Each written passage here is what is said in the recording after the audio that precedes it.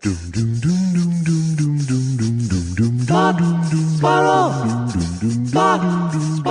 2 Jews, 2 mics, 2 hours, starting now. You don't hear that, right? I just splashed myself on the face. I'm so glad. Because I was trying to do comedy. Yeah. Dude, that's good protein. There was a time period when I was a kid that I didn't realize that he was drinking alcohol. Yeah. That's okay. Isn't that a great story? It wasn't for you. You know what I'm doing now, Josh? Annoying me? No. You know what was particularly annoying? I couldn't talk to you one more second without pouring a little water on the bottom of the, what's the thing? The protein drink glass. Yeah. Because God forbid, in an hour you leave a little protein on the table. No, that would be really bad. No, I don't want the glass to be dirty. Because it gets stuck on there. It's hard to get food off when it's stuck on. It's worth ruining a podcast over. Hello? Huh? Can you do one of these? How? You know what they do? They go, how?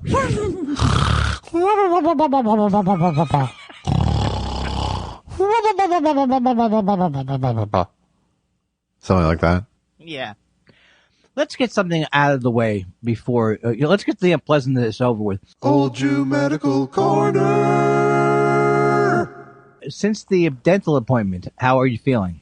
My back has recovered from the dental appointment. That's good.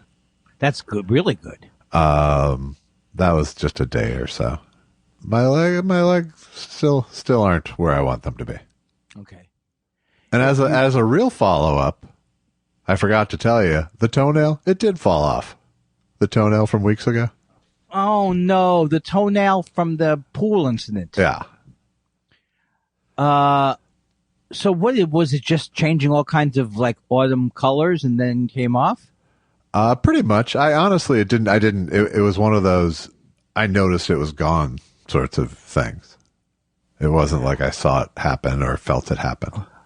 Oh, I thought once if the nail is gone, it's nothing but pain. I guess it's all hardened around there. It's all right? kind of rugged underneath there now. That's nice. It's kind of a lunar surface now. I'm not exactly sure how that's going to play out, but I'll keep you posted, people. But also, I think people want to know that you're not going to stub your toe in the future. But I cannot guarantee that. Oh, but I feel it right now. It's like a dull. It's not a dull. It's a sharp pain at first. Yeah, very sharp at first. Oh, and then you go, ah. Yeah. Then you start with the 5 stages of hoping it's not going to lose a toenail. Right. I must have just banged it. I'm sure it won't blow up. All right. Or maybe that's just what I do. Next thing you know, you've got a Fred Flintstone bloop, bloop, bloop, bloop, bloop, bloop. Josh, I don't know what to tell you. I really don't know what to tell you. I had so many things to talk about, and this is one of my problems. I had so many things to talk about. Yeah. Things I've watched. An embarrassment of riches is what we call that. Oh, okay. I do remember one. Okay. Jen Kirkman sent me an audio message. Okay. Which is what she does. Yeah. And, so she says to me, Andy, I know you're not going to, I know that I was listening to the show, which I love. She's calling me while she's listening to the show. Not calling me. She's giving me an audio. Yeah, I got it. Stay on track. I got thirsty during this story.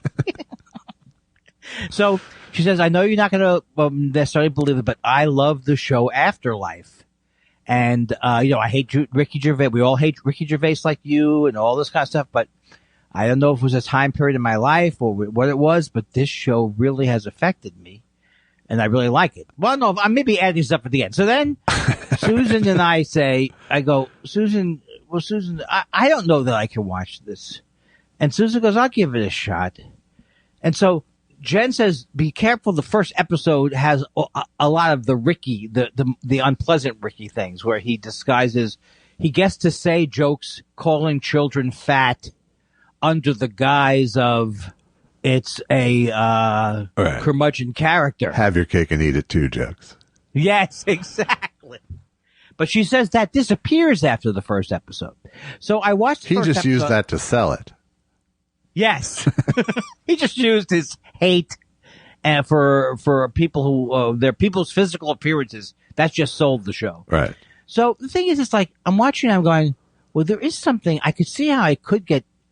I could see how I could get tugged into this, but then I look over and Susan's fallen asleep, and then but this is because we put it on in bed, and then so if I'm going to go further with it, I have to go back 5 minutes. Susan has to watch the ending. I don't think I can do it. I just have so much animus towards him. I think it's going to be. It feels like it's going to hurt me to try and watch it. Yeah. Well, you know my initial position on all these issues. I don't give a shit if you watch it or not. No. It's not that. It's not. I know you don't give a shit, but I love Jen Kirkman. Yeah. And Jen Kirkman has good taste. So it's like, this happens with everything. You could be in love with someone. You could be married to them. You could agree about everything, but there's going to be things with the people that you most respect. Like there's stuff that you like that, I'm not talking about something specific, but you're just going to disagree about things. Yeah. Well, it doesn't even sound like you disagree necessarily. It just sounds like you're not willing to try. Well, no, I think I should. Well, I don't like having mixed feelings about Ricky Gervais. Yeah, well, that's never going to go away. No. In other words, you mean you only want to have negative feelings? I only want to have negative feelings. You are fearful of him improving your opinion what do I win from that? Oh, yeah, I saw. People said that about Derek, too. No, they didn't say that about Derek. Derek was basically panned as garbage. Yeah. But maybe it wasn't garbage. I think, as I said last week, I I fucking hate Ricky Gervais now, but his best moments are all in shows. That's true. I'm not going to watch it for essentially the same, I don't need to have my opinion of Ricky Gervais changed in any way. Right. But I don't think, even if I liked the show, it wouldn't be. Because my position is already, he's done a lot of funny stuff on TV, and he's a terrible comic and not such a good person. It just sorts it out. Just gets you in the right thing for it. I mean that's just the way that you need not go any further than that, really. Yeah. The thing is that what he does that is just so extra annoying. I think he knows this. Is he'll come back and he'll say, "I'm going to get myself canceled next time." Oh yeah, no, that's the one I hate. All right. You know what? I'm going to get.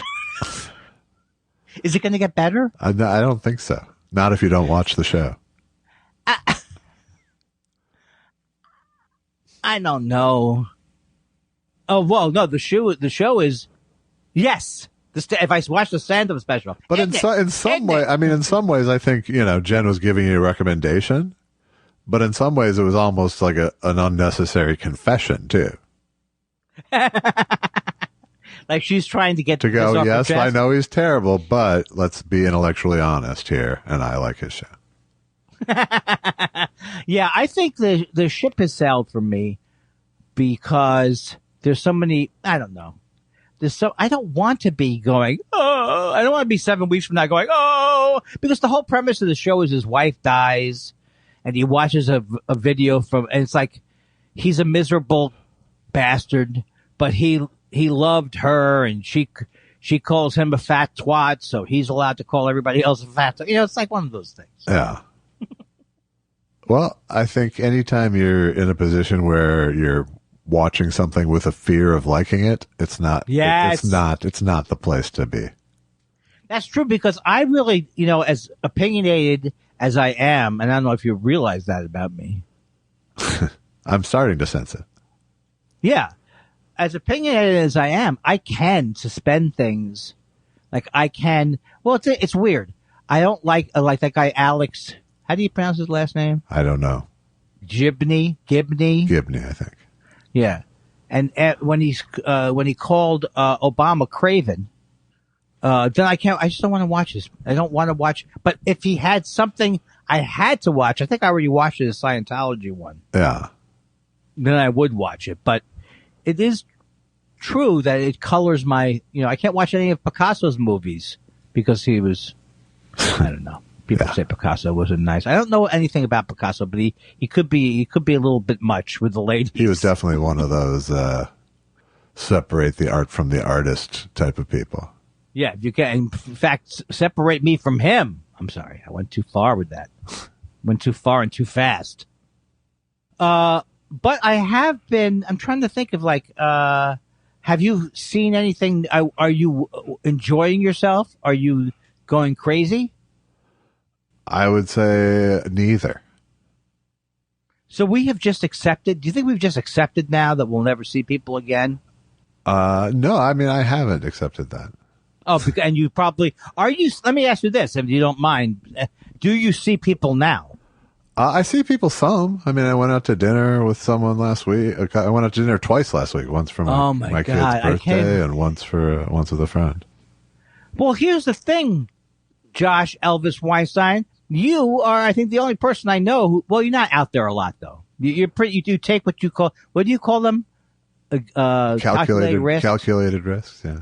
Yes, calculated risks. Well, I've thought about this a little bit because, we obviously have only slightly different levels of paranoia. I mean, I still am, I consider myself pretty cautious in the spectrum. Yes.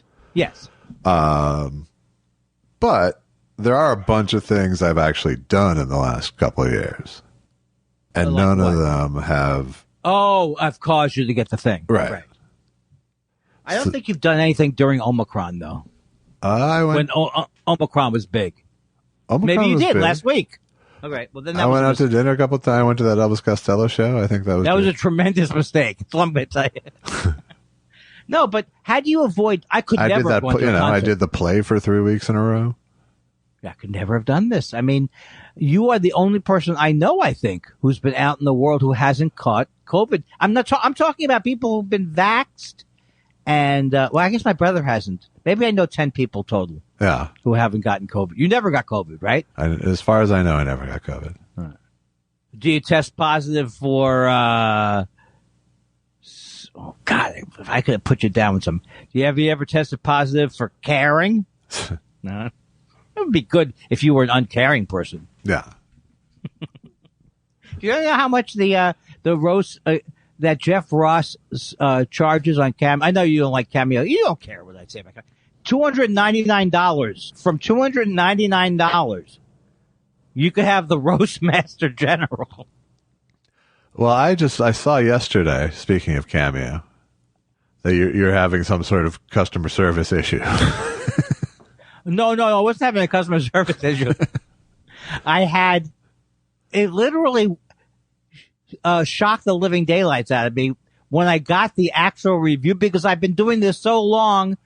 What are the odds that I haven't had an unpleasant experience? I mean, I really have not had one unpleasant experience, in that everybody who has contracted me for $35.99 knows who they're contracting. Right. This was a thing where, well, maybe I'll go on this thing and maybe comedy will cheer her up. All right. And then to say afterward, and people are like, is it really a Yelp review? No, but to treat it like a Yelp review, well, I've got to leave what my review of this was. And then to say, maybe it was too difficult. So you did the request was cheer up my friend, right? Yes, because she's bothered by the fact that there's a lot of anti-maskers in her school, and she's a teacher. All right. And so you did, how long was and you gave one? Probably 20, 30 minutes. It was about 6-7 minutes. Okay. And I did it I do some of them outside. All right. And so you did this one outside? Oh, you didn't see it, right? No. Okay. I'll play it at the break. How about that?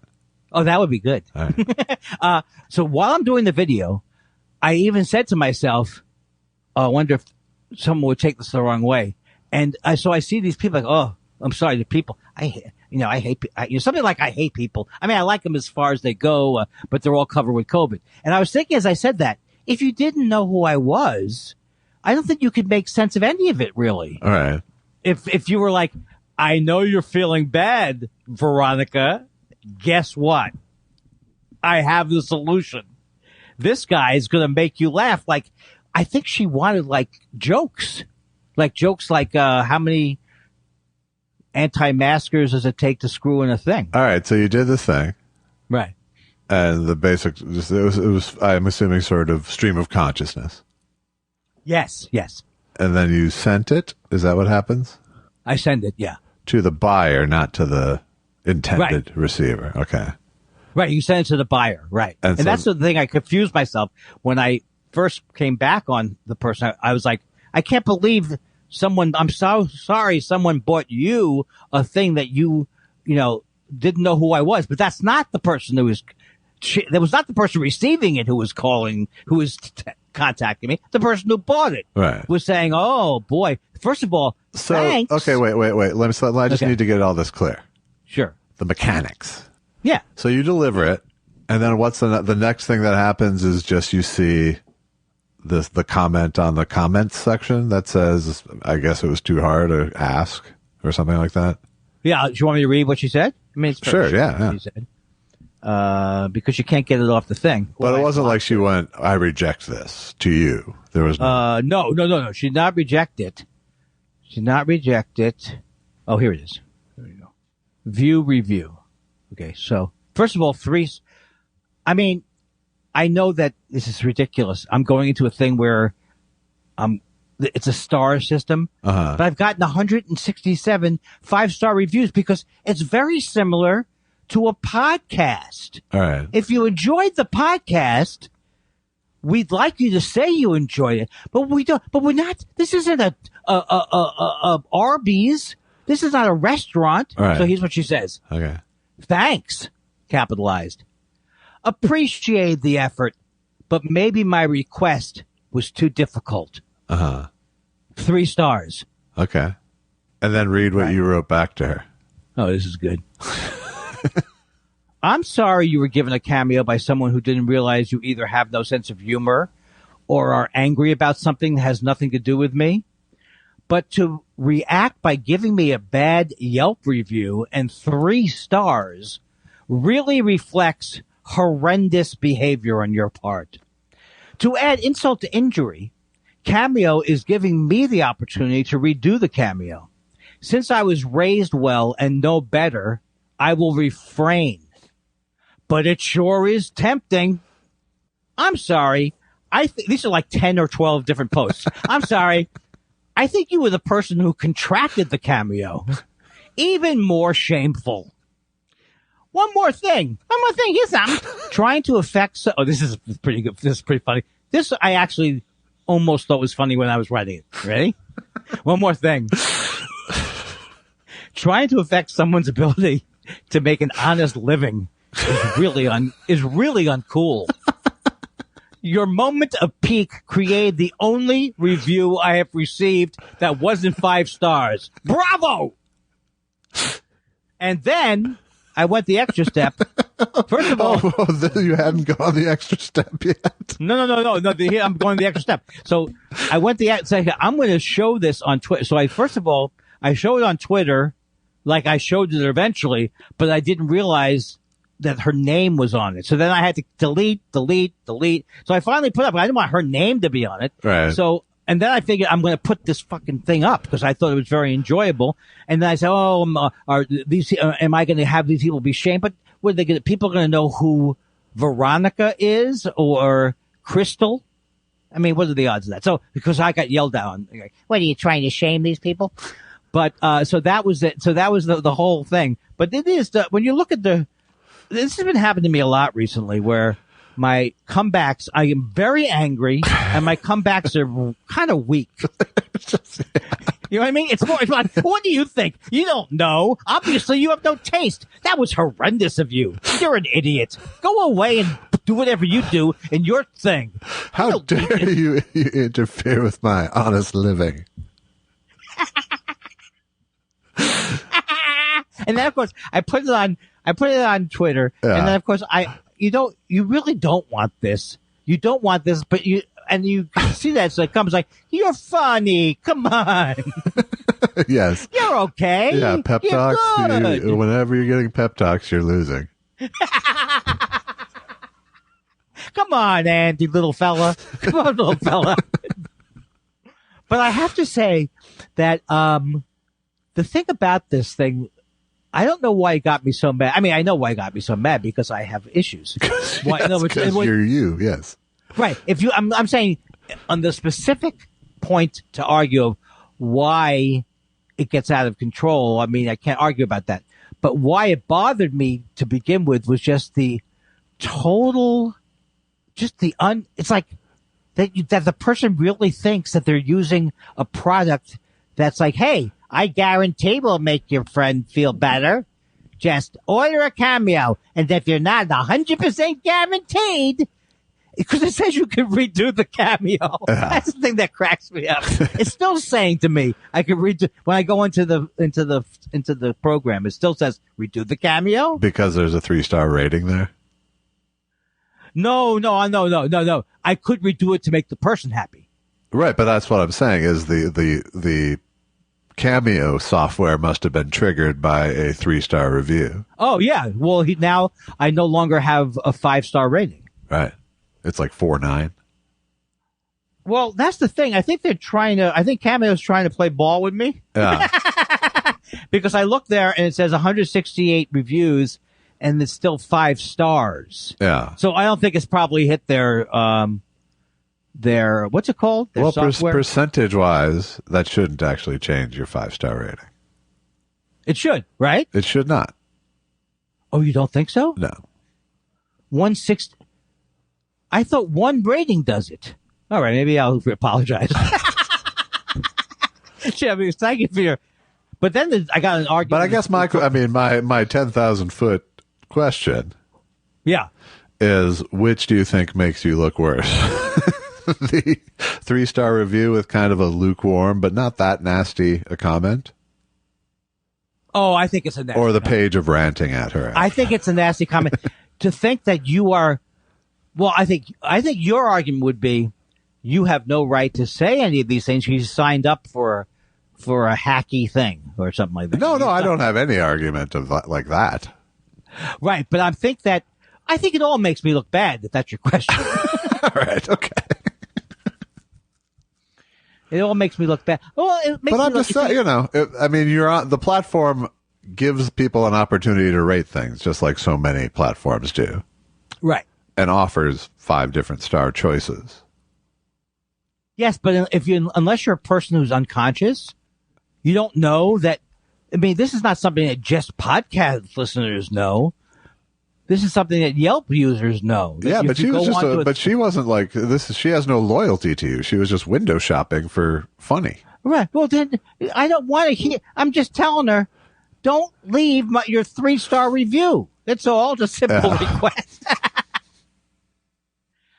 I don't know what to say in terms of everything makes me look bad, especially Twitter. Probably Ultimately, it might be a thing where I'm just going to have to throw my computer out the window. But I have done better in the sense that I don't have it on my laptop, which it definitely helps me. Yeah. Because I can't confuse tweeting with getting work done on my laptop. Right.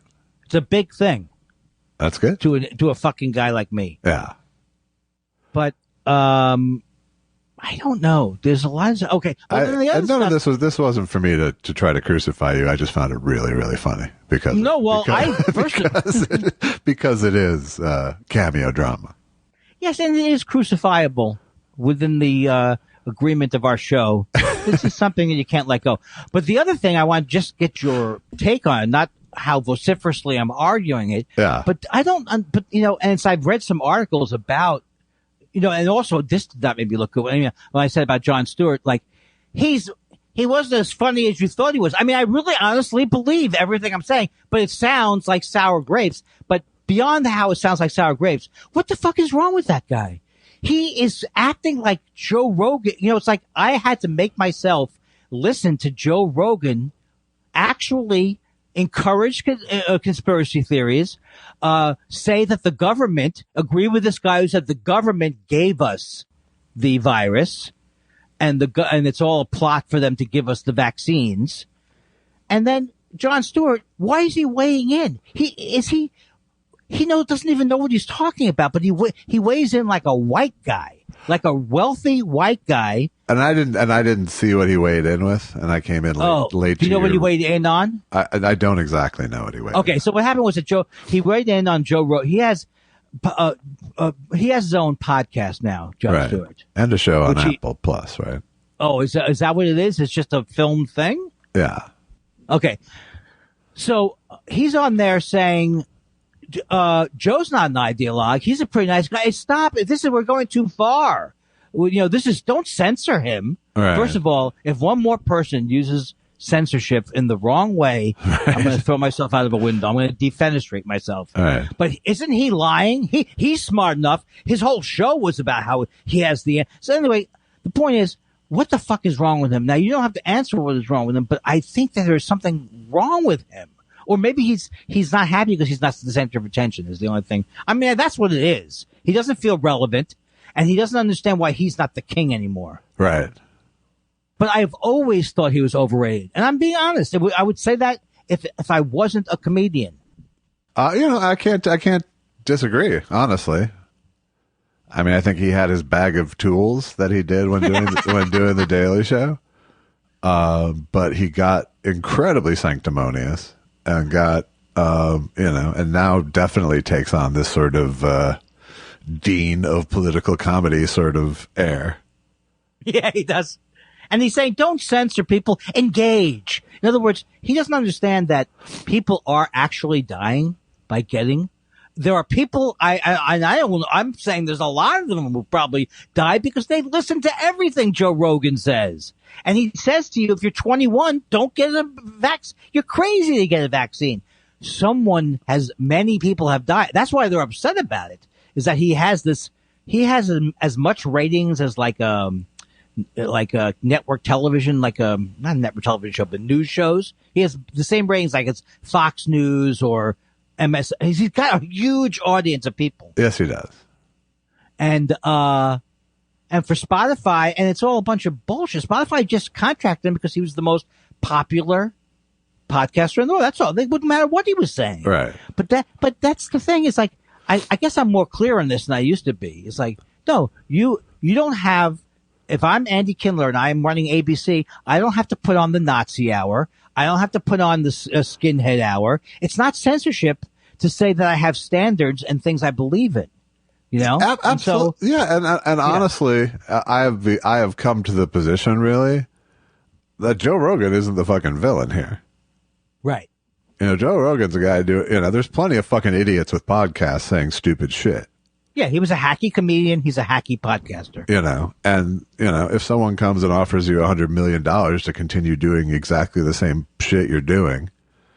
Right. You say, yes, he's in way over his head, but it's Spotify who chooses to, make him the face of their brand. And then claim it's not the face of their brand. Yeah. We're just giving a format. Right.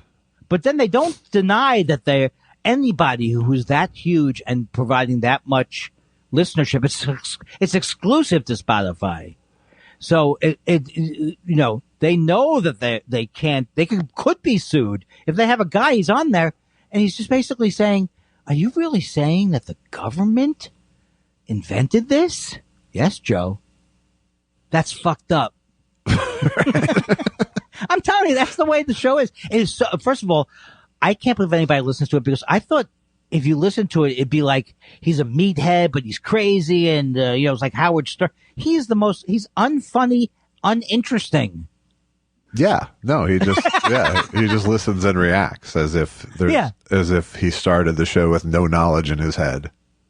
And all I hear are these guys from Long Island. I don't know where he's from, but he's back from the area I'm in. But it sounds like every fucking idiot who listened to Stern or something like, yeah, what the fuck? I take this stuff. It's pretty good. I know that was a bad impression. Yeah. What is his accent? His accent is annoyingly. First of all, his whole image of it is. I think he doesn't have anything from the neck down. He's missing. Yeah. But he's just the image of like the two headphones. Well, he's like your height, isn't he? He's taller than me. He's taller than me. Not a lot, though. No, he probably isn't. But he will kick my ass. I swear to God, he'd kick your ass. I mean, he's probably. Oh yeah, he kicked both our asses. Both of our asses. I truly believe I could keep the conversation from getting to that. Whereas I'm not so sure with you. Yeah, but you know why he would kick our asses? Because he has no other choice. He can't say anything. And then Whitney Cummings comes on to Twitter. Yes, these people you saw that? Yeah, oh yeah. We're dangerous. We're dangerous. Don't you realize we're dangerous? It's not a comedian's job to be a hero. It's our job to take you down the dark, spooky corridors of blah, blah, blah, blah, blah. Could you imagine if you ever caught yourself? Not a fucking word about jokes or laughs, you know. Right. It's our job to embrace conspiracy theories. That's our job. It's so funny that since I was 15 years old, I considered comedians my tribe. And then it got tribal and I no longer do. How do you mean like it got tribal in the sense? Oh, I see what you mean. Yeah. Yeah. Well, it's so it's like sometimes things are obvious. Like you can tell what I'm motivated from my hate of my fear of my father's intelligence. But it's like I am a white man who might say something controversial. I don't want to be canceled, so I will then protect any. That will be my default position because I'm a wealthy white guy that I will promote.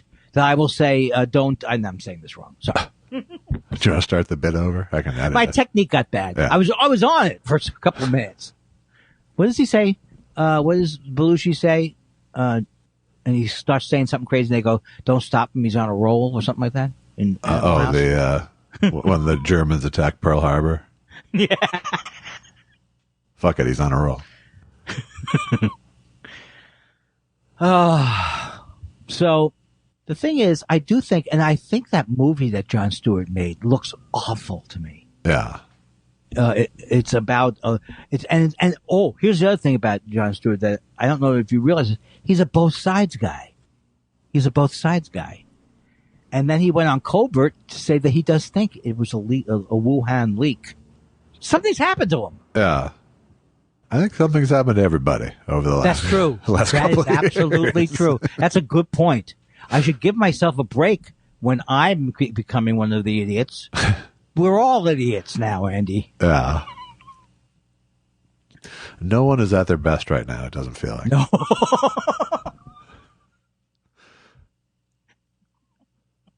It really is. I mean, it's like you wake up every couple of weeks and go, all right, let's stop kidding around. Let's get this thing going. But did you know the economy is going great, is actually kicking ass? Absolutely. It's like a rocket sled ride to prosperity. Right? It is. Come on, Josh. It is. Except for rocket fuel is now $100 a drop. Nah. I saw that idiot Joe Manchin on for just a second. I couldn't even watch her. He was on some Sunday show with Lisa Murkowski. Yes, right. So the Super Friends. And Jake Tapper was the host, right? I think so. And so he starts going, now about this build back, because he goes, Manchin, it's over. That thing is over. Yeah. What kind of, that's the way he talks? It's over. He's like, he wants, it's almost like he's going, I'm not up for re-election, and I'm really almost like a Republican. Right. And that's what Lisa Murkowski was saying, too. But she's a Republican. No, she's almost like a Republican, just like he's almost like a Democrat. Well, he is She is Republican, though, right? Right. I'm saying. They're the, I see. Right. They have the same, so they have the same amount of blurriness.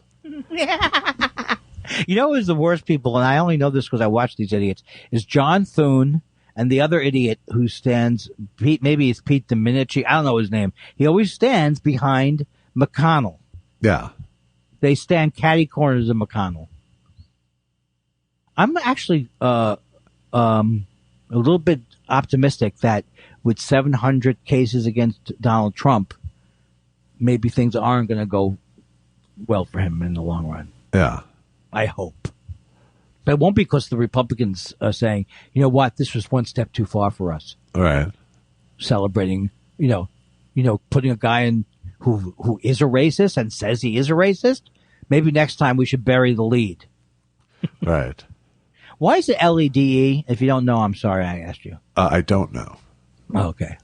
It sounds like Old Englishy. It's either Old Englishy or copy editor,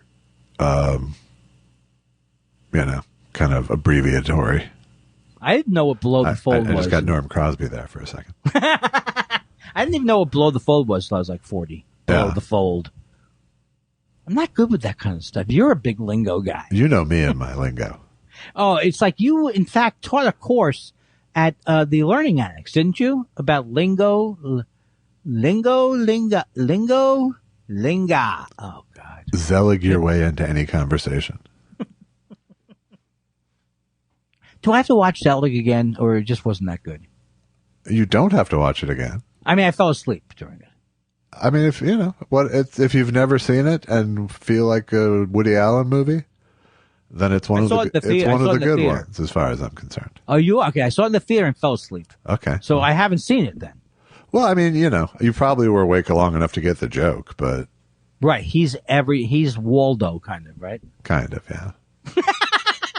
Do you see, like, when you talk to me, you go, well, I think that's about the best he's going to get. Yeah, I don't want to, should I up-res this conversation? No, you gotta go. No, you got it, buddy.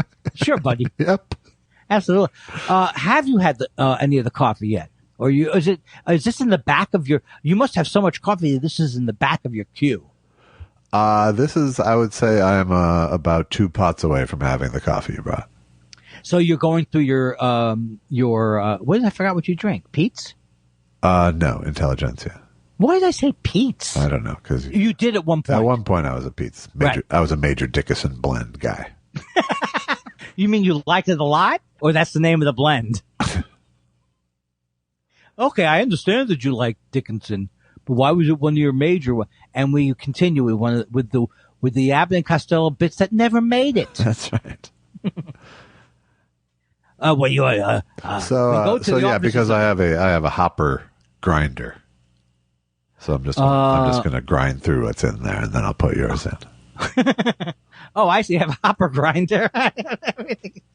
Everything in that sentence is a metaphor. We'll put it in the hopper.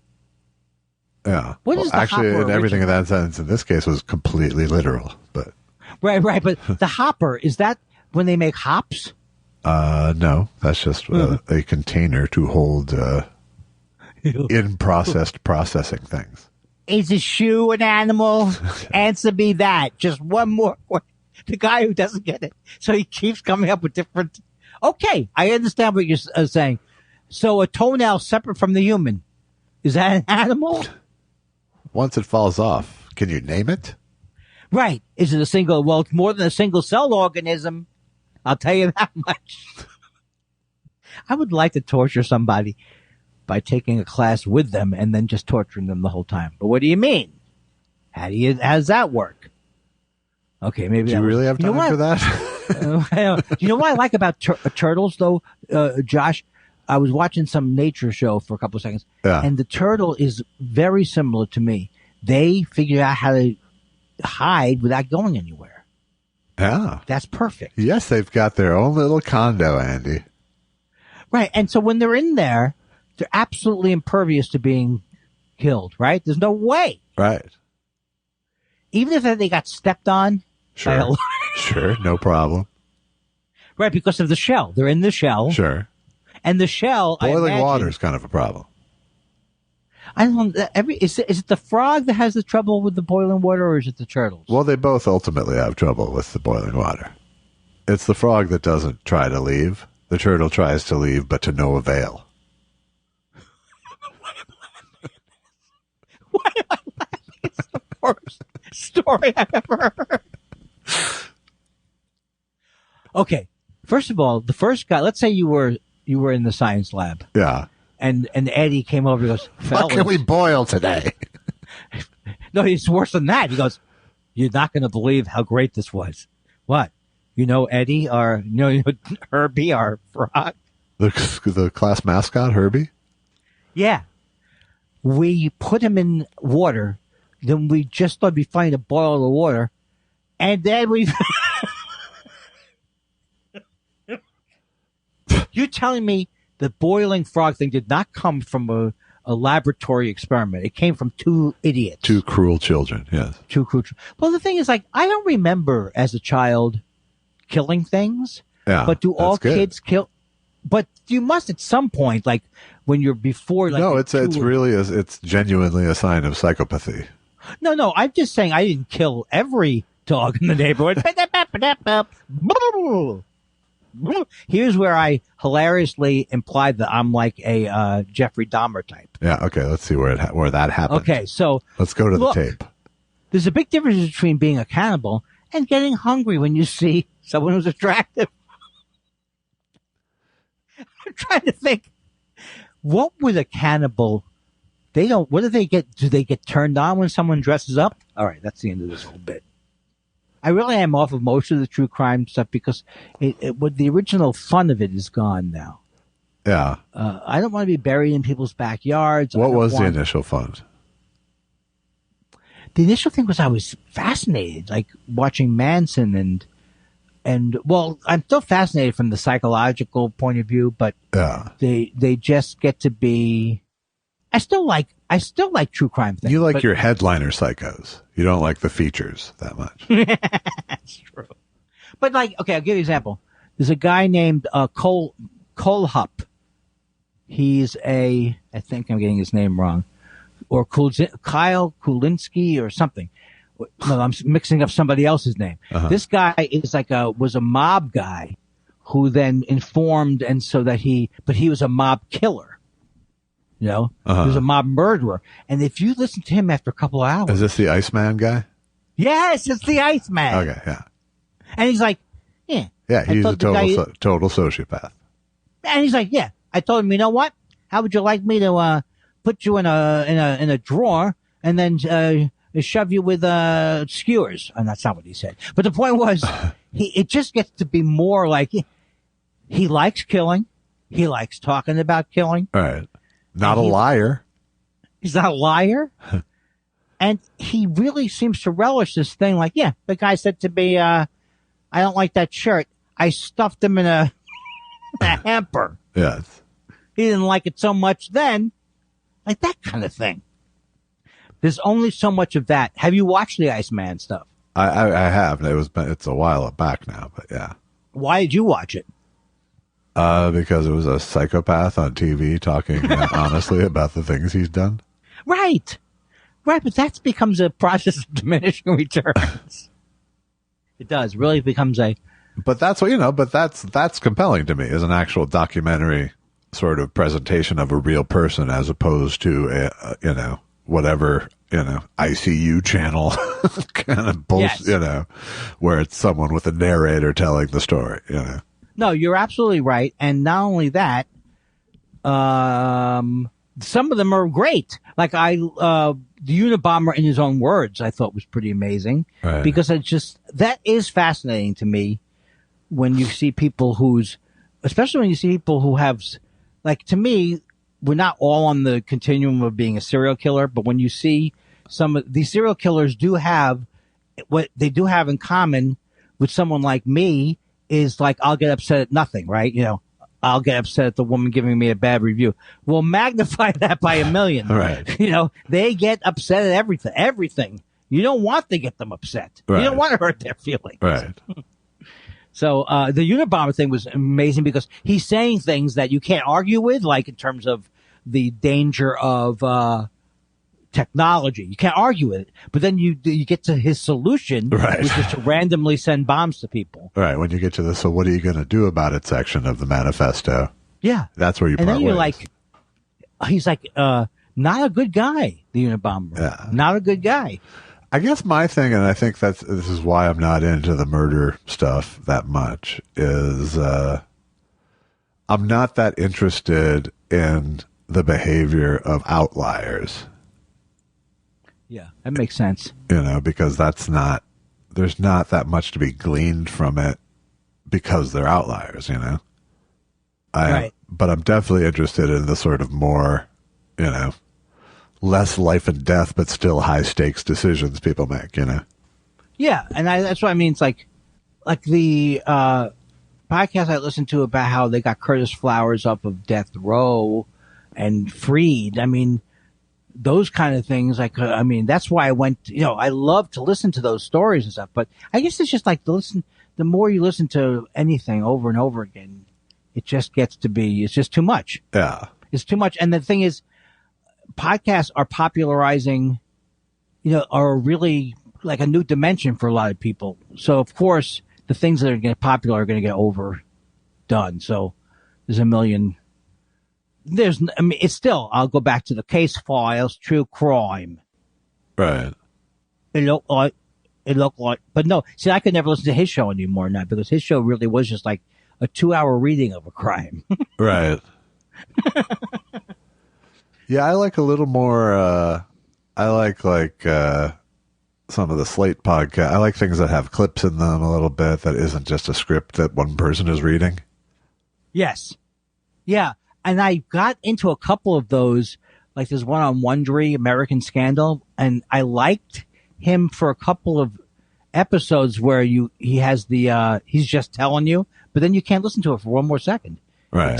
It's just like you can't get the historical message because the style and the story is so, I mean, it depends. I mean, I listened to the one that, American Scandal about Cuomo. And I mean, it was very listenable. And so I knew a year before the Cuomo thing happened. Oh my God, this guy is I mean, anybody would know this if they'd studied it, but I wasn't studying it, that he's a major asshole. Yeah. He's like really a fucked up guy. And so I was like, when I first heard it, I was like, how does this guy keep in power? Well, it's never really been a strike against people to be a big bully asshole in New York politics. That's the thing I think about is like, people must hate Chris. I mean, everybody hates Chris Christie. And thankfully not that many people read his book, but he thought he was going to write that book and he touring around the country and he's the rebel everybody wants. Yeah. I saw him on, Stephanopoulos' show this weekend and he's clearly trying to lose weight again, but he's not chasing his weight loss with his clothing, his clothes sizes. Oh, I see. So he's got like 3 inches of space between his neck and his collar. It looks like he's wearing, he looks like he's shrinking in his clothes. Such a horrible. I root against him all the time. To me, that's good. It's good that he's shrinking. There's 2 of the people I think are the worst people are him and Marco Rubio. Oh my God, that Marco Rubio. Yeah, the difference, I mean, like Chris Christie's a smart guy. Yeah. He's a Machiavellian piece of shit. But he's a smart guy, where opposed to Rubio is just not. That's true. That's true. But Christie's he's a smart guy in the fact that I guess he's very smart and he's cunning and all that kind of stuff. But boy, oh boy. But he's a soulless piece of shit. That's the thing. And I did want to recommend this one podcast before I forget. It's called Decoding the Gurus. Yeah. I don't like everything they do, but like when they take apart Joe Rogan, oh my God, they take apart and they show you step by step, and they go through all the stuff. So it's like if you were annoyed, like, like when you saw this guy Malone go on Joe Rogan, I was like, I know this guy's got to be fucked up. But then just listening to these guys exactly explain how this guy is fucked up. These people who are, they're conspiracy theorists. He was an mRNA doctor, but then the trick is that they really could, like Sam Harris does this too. He could talk in a way that sounds smart for a few minutes. All right. And then even just like whatever you say, yeah, but is this really, yeah, well, they've done epidemiology, blah, blah, blah, blah, blah, and it's all used to fool you. It's all used to fool you. And you find out when you listen to like these shows where there's a couple of shows like that. I Don't Speak German takes down the right, but I don't know. I just, to me, sometimes I'm like, I know this guy's bad, but I don't know anything about him. And then, I'm a hero. That's all I'm saying. Yeah. I'm doing the heroic work. Yeah. Well, you feel that you're not doing. That's right. I'm a coward. You're a coward. You're not willing to do what I'm doing. That's right. Making people angry, acting. You're not willing to do what I'm doing. Acting like you're better than. Do you see the reason why probably Jon Stewart bothers me is because I think there's a little Jon Stewart in me. I think there's a little Jon Stewart. I think there's a little, I mean, I don't think I'm like Jon Stewart, but there's a little bit of the, I'm going to go further with the knowledge I don't have. Yeah.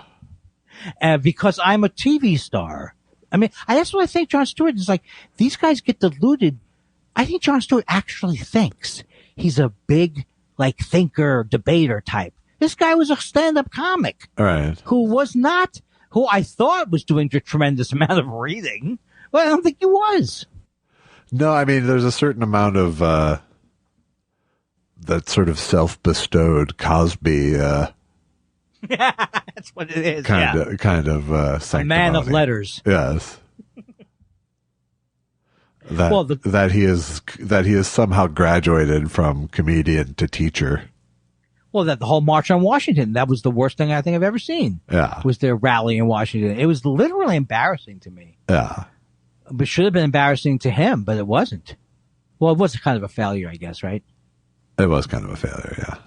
It was sort of the Hands Across America of satire.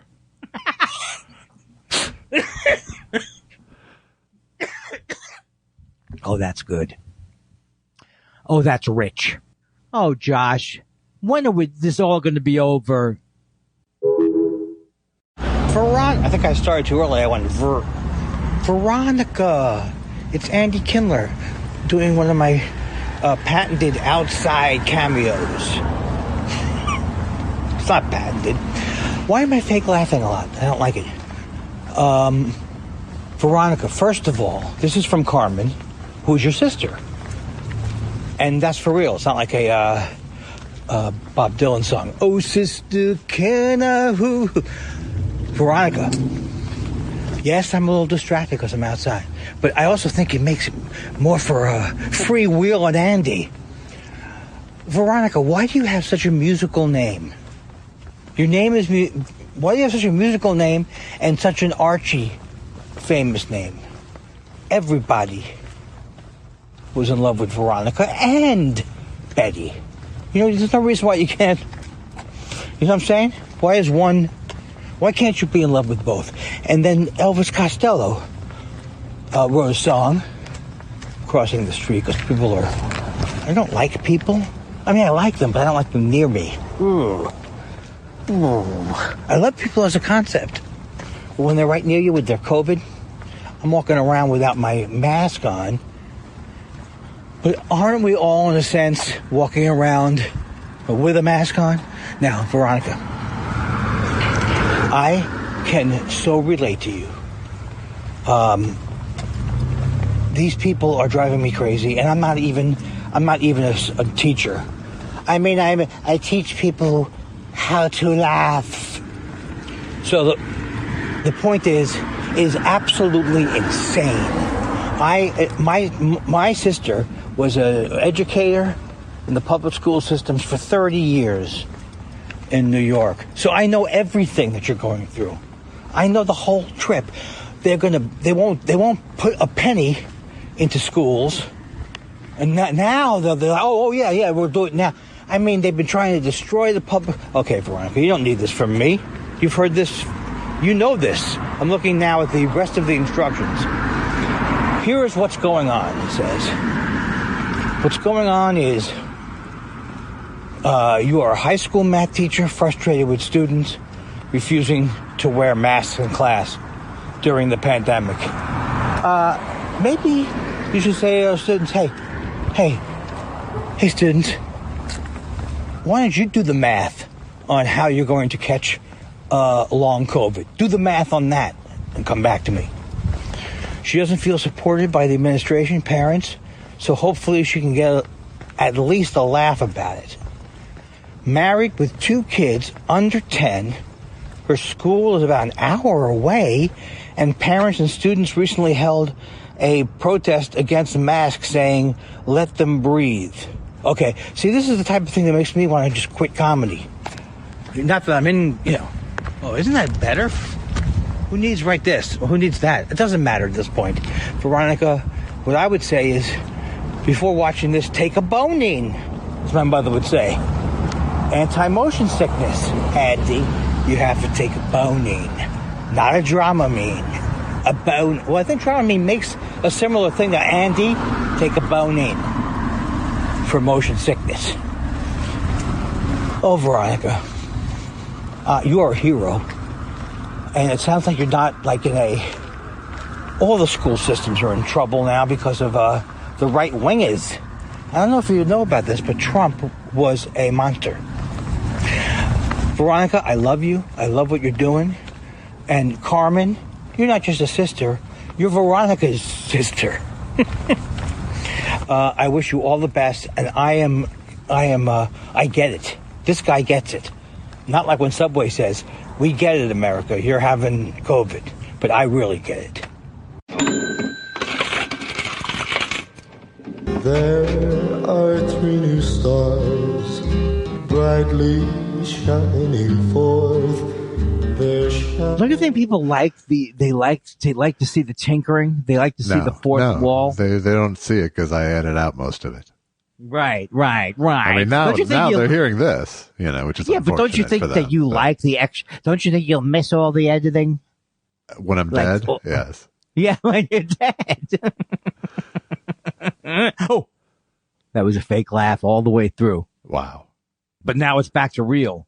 Yeah, well, now I'm on thin ice now, I feel like.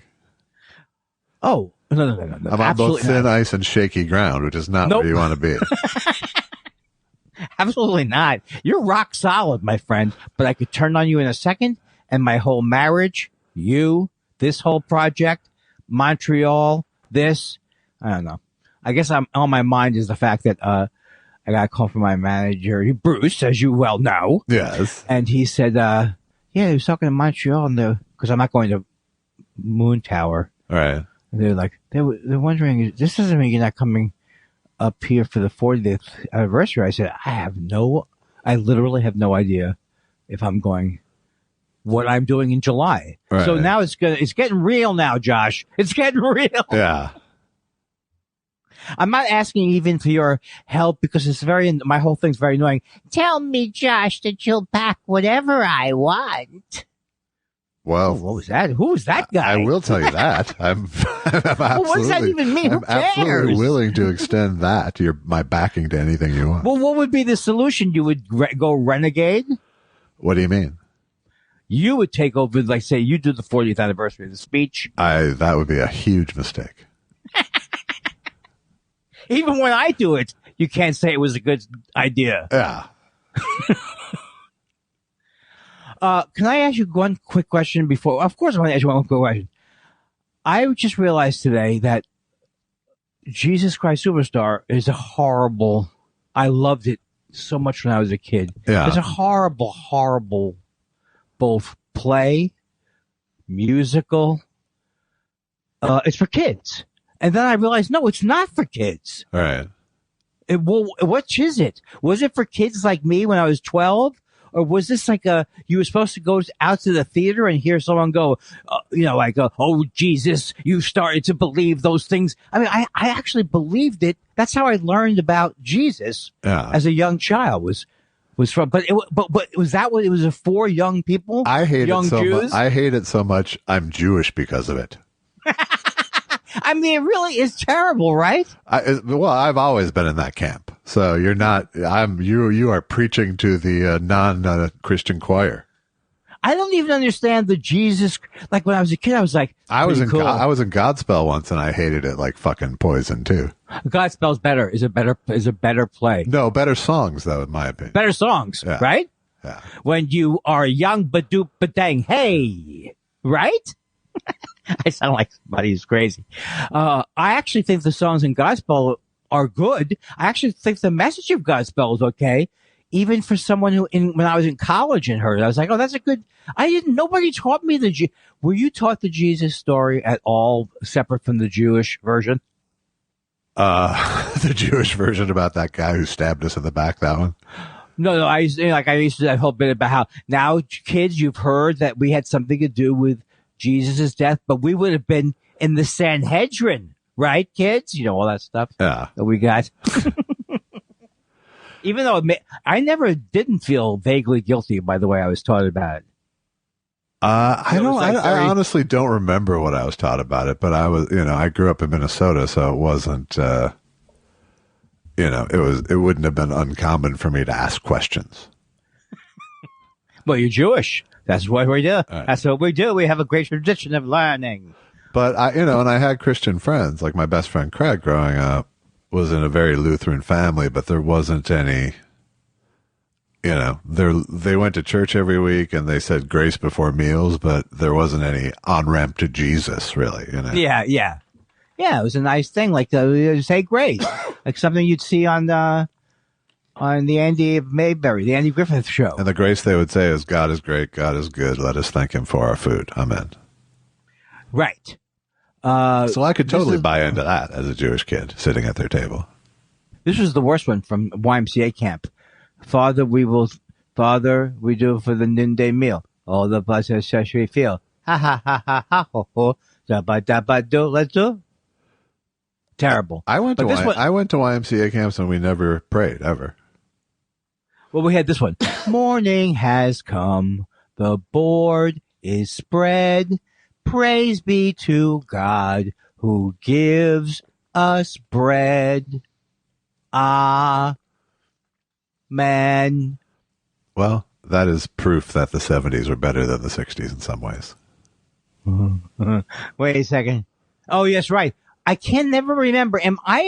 Was I the child of the 50s, a big comedy star? Was that me? Yes.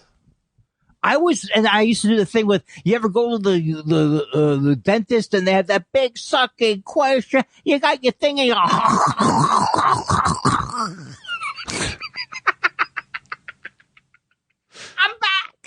back, baby. I'm back. So what's your take on the Bob Saget autopsy? Well, I'm not even saying this to try to be cute or whatever, but I guess I haven't been reading about it much. Just like seeing things is like, do they think he like fell and then got in bed not knowing he was hurt? That's the part that was confusing. Yeah. The whole thing's very depressing to me. Oh, that's what could have happened. Yeah, that's almost certainly what happened is he hit his head in some severe way and decided he's okay and went to bed. Right. And unfortunately, he had COVID, which seems besides the point. Wait a second.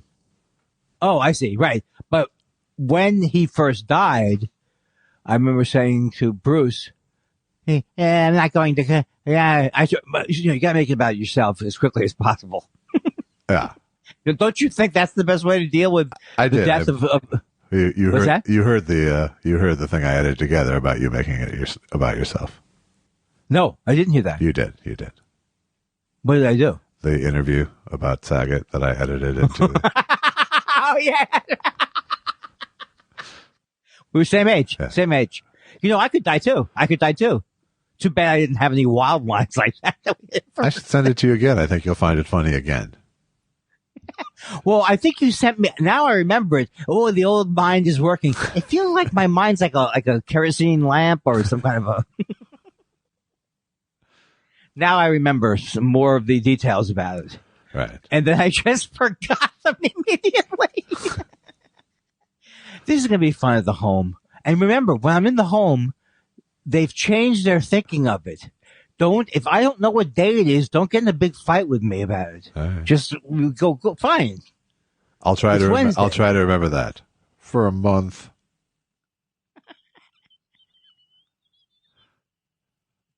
What do I think? What's that movie where Betty Davis tortures Joanne Crawford? It's not Joanne. Whatever happened to Andy's brain? You know what? Here's the thing. I was talking to my therapist about this. I'm going to die. I didn't realize, nobody told me. I am going to die. And I'm starting to deal with the fact that we're all going to die. That's good that you've stopped dealing with the past now and you're dealing with the near future. What is it? I know. I just get this image of you with an ascot or something. I don't understand. Really? It's like, it's like you've got, you tear into me like a celebrity on the Match Game. You know what I mean? It's very cutting. Yeah. Oh, yes. I imagine. What else am I here for, though, really? But, okay, but we wrap up with the fact that there's nothing, no adult would be going, no adult would be watching these shows, but it really does lend the even more hilarity to me to Elvis Costello's line is, I prefer the one about my son. Yeah. Because I didn't know at that time that he was probably a big joke. And he was never, I don't understand. I can't go by you because you're too young to remember if he was respected, like, oh, we got to see the new Evita. I think Andrew Lloyd Webber and Tim Rice were huge stars, really, from Jesus Christ Superstar on. And yeah, and I think what as a kid, I thought that there was a certain hipness to the superstar part of it. Like, wow, there's nothing. The songs, except for the one with, I think there's a couple of songs, or am I mixing it up with Hair, that are great songs on their own. Oh, I kind of like, I don't know how to touch him and all that stuff. What a great song. You totally would start singing it if you know, I think you've ideologically turned your back on it, but deep down, you'd still break into song if we put on the cast album. I still love Lulu singing To Sir With Love, but that's better. That's a great song. I mean, I don't know if it's a great song. Yeah. But I love it as a kid, and I love Lulu. Yeah. I almost tried to get Lulu for the Debar doc. Oh, that would have been great. Did you try? No, I didn't try because it was sort of just besides the point. And was it one of these things? Hello? Yes. Can I speak to Lulu? Yes. It would have been one of those things had I. Yes. Huh? Hello. What did you ask? I'm sorry. Is this Lulu? Huh? Lulu? I don't. Who's calling? Could you put Lulu on the line, please? It's not funny. Don't call me Lulu. Don't call me Lulu.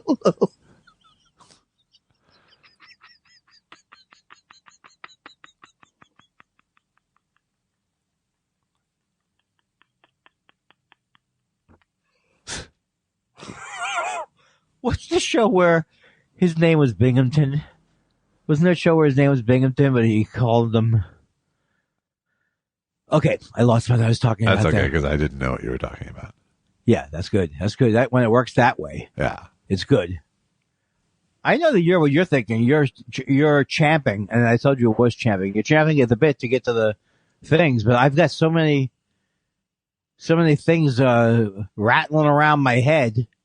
No, they're all probably just the level of Andrew Lloyd Webber. Oh, what's the guy who wrote the lyric? Is he the guy who wrote the lyrics? Andrew Lloyd Webber? No, the other guy. Tim Rice? Yeah. I think so. So they needed two people for that horrible job? That's not like when Robert Hunter's writing lyrics for the Dead. This is not Bernie Taupin, if I'm pronouncing it correctly, level lyrics, my friend. Well, it is because Tim Rice then worked with Elton John later on. Let me finish. What people don't realize is how good the historical plays that Andrew Lloyd Webber and Tim Rice did. I don't think Tim Rice, I think he made that name up to make me look bad. Maybe it's Jerry Rice. Oh, gosh. You know what I say to that? Oh, gosh. Yeah. You know, I was thinking the other day or today that if someone really did, because people have been listening to the show from the beginning. Like if you listen to the show from the beginning on fast double speed, or you just were able to follow one thread of something, so it would sound like this. I eat as much ice cream as I like. It's exactly fine. You've got the wrong information about sugar. Oh, well, maybe I can't, now cut to now. I have type 2 diabetes. I have it. Oh, yeah. He's got it. But it's just the time. Remember the time period where I was walking down the street and I was telling you that I had a soft ice cream? I did. Once every week? Yeah. I just passed that truck the other day. I just walked right past it. Good. Yeah. Because I knew that I had 4 gallons of keto ice cream. So I actually, if being all better and not having to make any sacrifices in your life includes sugar alcohols, I'm like a champ. Yeah. Yeah. I don't know. I really don't want to go down this line. I'm boring myself now. That's a good early warning system. It is. Yeah, because I think that has to be. They have a thing now that you can wear on your arm and read with your phone if you're boring yourself before you get too far. What is that? Is that like a it's what's better the thing than it's better than finger pricks. Okay, right. You put what is that called? Free Libre? Libra? Something like that. Yeah. Do you like? I know. As I've told you many times, I love TV, but I don't like the commercials. But the ones where I'm fascinated by is the ones for medications, but the medication somehow is a guy he's not thin, he's not heavy, he's right in the middle, and he's walking around all through the commercial. He's showing you that he can do things. Yeah. He hops over a table. Uh-huh. And I don't know if he's triumphant by the time he's done. Right. I think it's a diabetes thing. And I think we're supposed to say, oh, he's not rail thin, he's not. And if you take this medication, you can walk down a busy street. Yeah. Are you telling me that none of my anecdotes? We won. Do you know they actually, I called the Burbank firm, and they actually, for the first couple of takes, he did come out of a chute. They projected like the kid. A cannon, you mean? Yeah, the cannon, yeah. We won. And they go, whoa, he comes flying through. Yeah. And then the old man, who I think is about 112 years old, he says to his granddaughter, the woman, I don't know why he's taking his granddaughter to get his what are they doing there, Will? What are they fucking doing that he has to go to a Burbank firm? What requires a face-to-face meeting? She wants a living trust, Andy. Yes, I want a living trust. You know, I don't know if there's any advantage in terms of smarts, but you know all the names of the different things, the commercials and stuff. That's Living right. trust. That's right. You know why? Why? Because more brain power. Yes, please. It's gonna be. That'll be the one. I really think when I die, that's going to flash in front of my eyes. It's so terrible. I'm not just a neurosurgeon. I'm not just a neuroscientist. I don't just play one on TV. More brain power? Yes, please. You know what? I think those people, and I hope you agree with me on this, I think people should be able to endorse whatever they want. But if you claim to be a neuroscientist and you're supporting this crap, then you should be banned from performing or something like that. More accountability? Yes, please.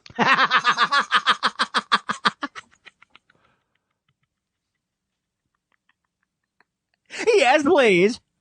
Do you know that Nariva has 14 things that say brain in it? Yes, please. A tablet about things that improve for a starfish, and maybe they'll improve for me. Oh, you know I want it. It's a jelly. Oh, something jellyfish enjoy? Well, you better get it to me. I'm drunk. Yeah. I drank before I understand, but just sugar alcohol. I can take a bucket. I can drink as much as I want of Diet Pepsi. Do you find the sugar alcohol makes you flatulent? No, that used to be, well, at least the amount that I take it, thank God. Yeah. I don't, but I think that was more in the old days when they used that one particular kind that was really bad. What is that kind called? Flatulence.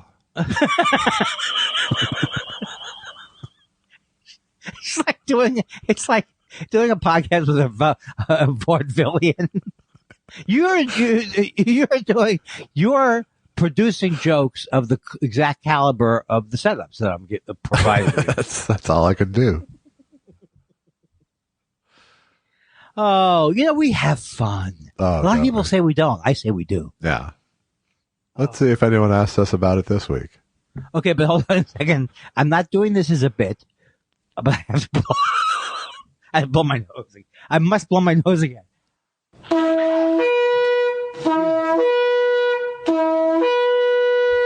What could come through this week? A rhinoceros?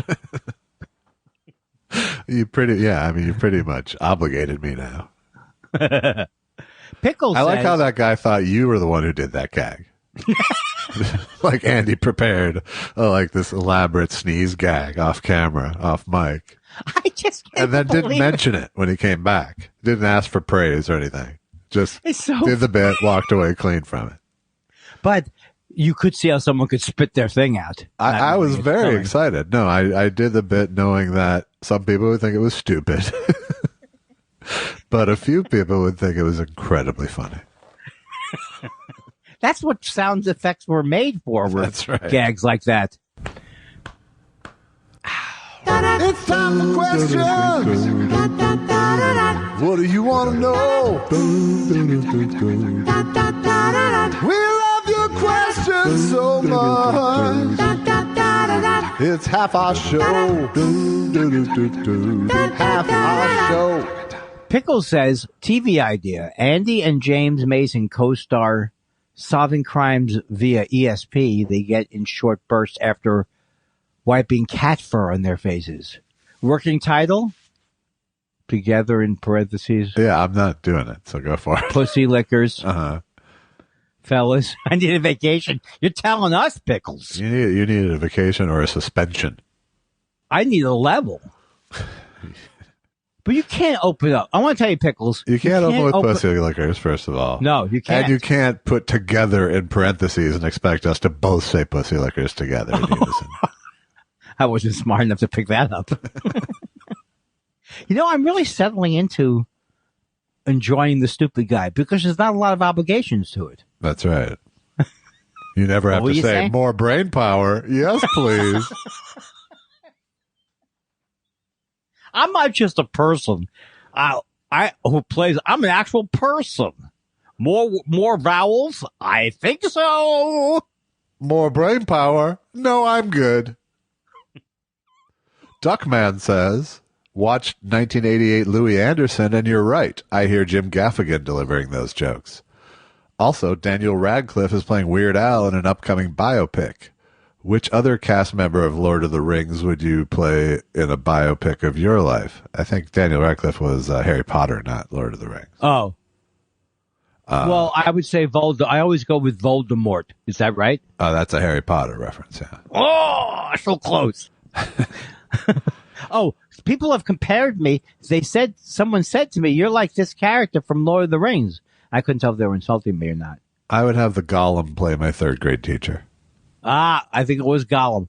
Isn't Gollum a Yiddish thing? Yes, it does come from Yiddish folklore, the Gollum. Thank you. Oh, I like this next question. Uh-huh. I can already see it. Sous vide. Sous vide is in rare form. Sous vide, did you sign up to be my hero? Would you consider Thought Spiral to be a spooky mental haunted house? Was Whitney Cummings the it girl in comedy once? And does that color her views, in your opinion? Andy, please answer as Foghorn Leghorn. Well, I say, well, is that Foghorn Leghorn? Yeah, that is. Okay, well, I say, Whitney Cummings is a hack, I say. That's all I got. All right, that's good. I can't follow that. Although I saw it when he put the it girl in caps, I was thinking IT. But she was the IT girl in comedy.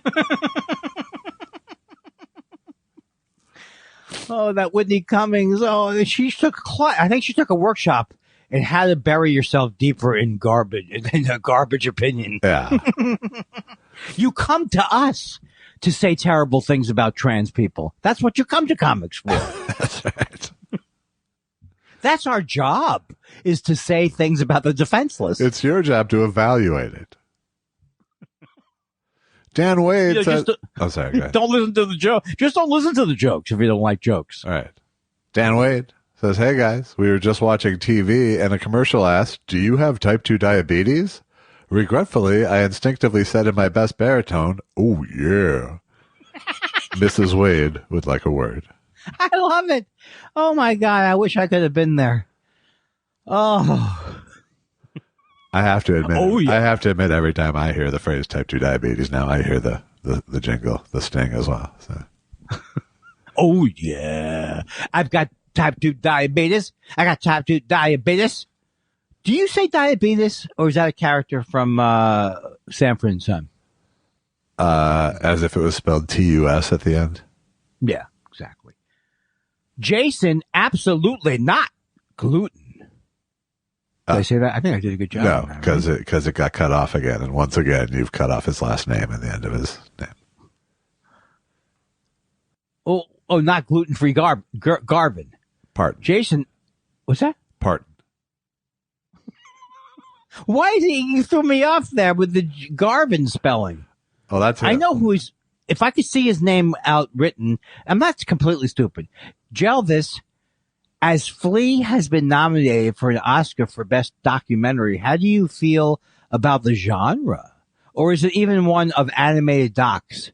I think I recall a Python doc being semi-animated, but a full feature one sounds new to me, but then I'm not in the business. I haven't seen it. I mean, it sounds like a cool movie, and if it can sort of cross all those genres, then I'm very curious, but I haven't seen it yet. But, I think if you can if it is, if you can justify it being a documentary, I have no problem with that. What are we talking about? Who is this about? I don't know. It's an animated. I don't know enough about it. I've only heard snippets about it. But it's about Python. It's a film. No, it's not. Okay. You guys are on an different animated levels. Feature film. That's a doc about something, but I don't know what the trauma it's about. I got to tell you something. If I want to follow the game, I better get the scorecards. Seth Dick III says, with Bob Saget's death, Mama Dick III has been watching a lot of roasts. She just came into the room and told me to ask Andy, is it true that the best review of your recent film was Midland Horse? Yeah. I want to applaud Seth Dick for the elaborate setup of this joke. I like it a lot. I can't even remember the name of the what was the name of the movie? Here Comes the Horse? The Fiddling Horse. You sure it's not Here Comes the Horse? It's Here Comes the Horse with the Jew. Enough already with the horse with the Jew. The Midland Horse. Now I get it. And can we have a moment of silence for the fact that a TJ Maxx closed and it's not going to reopen? Really? Our nearby TJ Maxx? It's gone. Oh, gone. No. Oh, no. Time for the Jimmy O Superstore. Oh, yeah. You think it's going to drop like flies or something? Or like one by one? I think Jimmy O's can now move in there and open their long dreamed of Superstore. Oh, my God. That sounds so terrible. Oh, they have low overhead.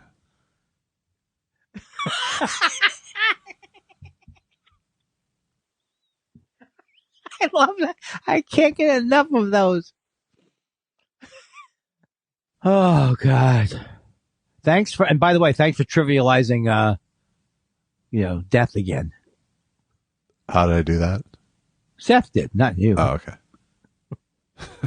okay. With Bob Saget's death, he's got Mama Dick in a bit now. All right. All to get to a shitty insult.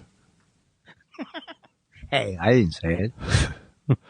Dan Marsh says, hey guys, it's the late 1940s, and yet somehow Twitter exists. Who are the best accounts to follow, and who is Andy getting in a feud with? It sounds so depressing. Well, it's Jack Benny because he has the best writers. And Andy's bantering back and forth with Fred Allen. No, I'm like, why don't you give me hell, Harry? You fucking all right. Harry. Hey, Harry, are you going to drop a third bomb on a different city in Japan? Nice going, asshole. Hey, Harry, there's a little thing called wait for a response. Harry. I understand. You would get into you'd be in a huge Twitter feud with Frank Fay. I don't remember who he was. Frank He's Fay a comedian? A big comedian, but who also was a Nazi, an anti-Semitic.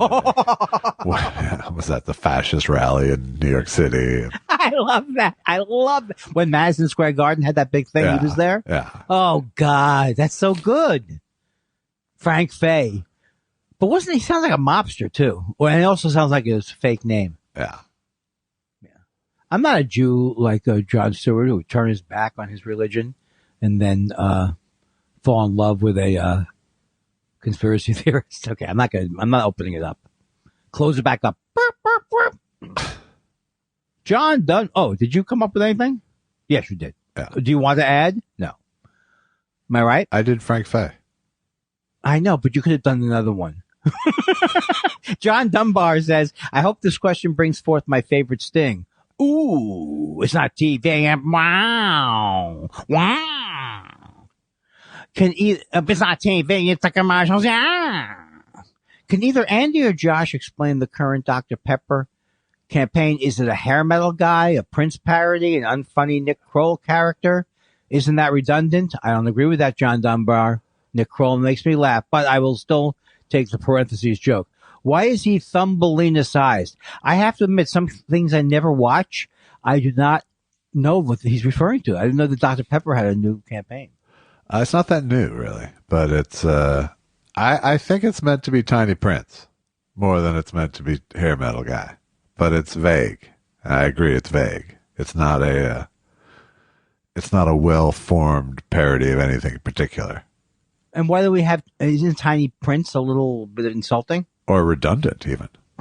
Ow, it's not TV. Not TV. It's those commercials that get me. It's not TV. Not TV. It's those commercials that get me.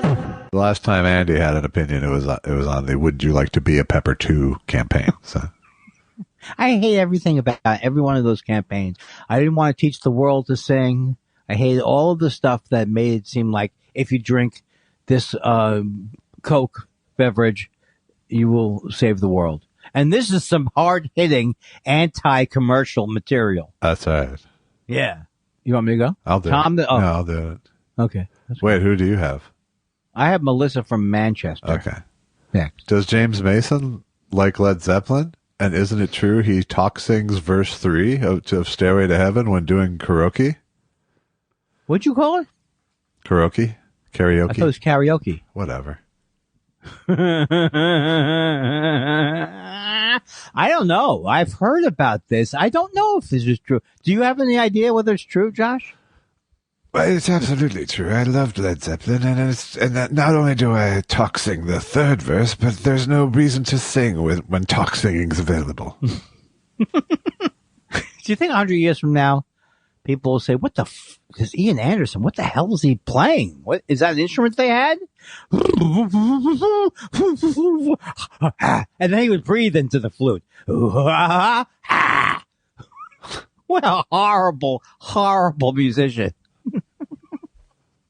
Did he play guitar at least? How did we get on Jethro Tull? Oh, I'm sorry, James. You got me. I should have just listened and been delighted by your impression. Very sorry. More brain power. Yes, please. More Thunderbird, of course, please. I would love some, yes. This brain medication has an interesting taste all its own. An unusual taste all its own. Can you say you feel triumphant? I can emerge triumphant. Tom the Tom. What a great name. Tom the Tom says, Andy, what was life like before you had a handheld grievance airing machine? What's the handheld grievance airing machine I have? Oh, Twitter, right? Yeah. Josh, same question, but as Andy Kindler. I used to just hate myself. Stop it, Josh. Josh. That's not funny. Let's try and recreate one of our old fights. Okay. That's fucked up. You hurt my feelings, stupid. Yeah, well, you're an idiot. I think I am an idiot. I'm sorry. Be kind, rewind. Remember that song you wrote? I did. Be kind, rewind. Yes. Why am I so delightfully wry today, Josh? Wry. W-R-Y today. This is when Susan wakes up and she comes in and goes, what the fuck is going on? Please. Those voices can't be funny, Andy. Oh, you should listen to the show, Susan. Au contraire. Can you see Shiftless Element? Yes. Okay, there you go. Shiftless Element says, just checking in to make sure I'm not muted by Andy. To the tune of Papa, Can You Hear Me from Yentl? Andy, can you see this? Oh, Papa, can you hear me? No, Shiftless Element. What did let me look at. I'm following Shiftless Element. Wow. I went the extra mile. Maybe because I just was so concerned. No, there's been, in past weeks, there's been ones that you don't see, and we assume it's because you muted or blocked them. Oh, are you sure that's the one was? Can I reiterate to you people that there's not really a lot of point in addressing Andy about past shows in any way, shape, or form? Can I just reiterate that one more time? It doesn't make things go smoother. The callbacks don't work with him. Andy, I'm listening to show 122 now, and you make a funny comment about the shirt that you're wearing. You said that you got it at a. Could you remember what the? I can't even remember enough to form a question about the past. Exactly right? My point. Yes. DB, I love this. DB, I never heard this person before. Maybe it's new. Young Harpo hung a stocking on the vent for 2 years with no luck. Chico said, figure how many vents Sandy Claus had to shinny down, and he's got to take care of the Irishers and the Bohonks and the Italians first. Mom wasn't consulted. He gave it a shot. Fave Marx movie? I was really afraid that this was going to descend into some kind of racist thing that I was reading. Hold it all. Hold it, whatever the thing would be from the past. Favorite Marx Brothers movie? Yeah. Do you have one? Yeah, I think I have, before but he was against it. That one, I think. I'm against it. Is that Duck Soup? I think so. I haven't watched them. I gotta watch them again, polish them. I do enjoy them, but I think I was overexposed. Yeah, clearly. I like Duck Soup. I like Night at the Opera. I liked Horse Feathers. I like the gag. I like the gag in Night in Casablanca. This is one of my dad's favorite gags, where Harpo's leaning up against a building, and a cop comes up and goes, "What are you holding up the wall? Move along!" And Harpo moves along, and the building falls down. I don't remember that. Oh my God! Back then, to make a joke, you had to create a whole set. Yes, that's very, very good. Steve Wright says, let's get down to brass tacks. Crunchy or creamy? Brand loyalty? Skippy Man here. Just ended my tolerance break, by the way. Any healthy type 2 friendly snack suggestions?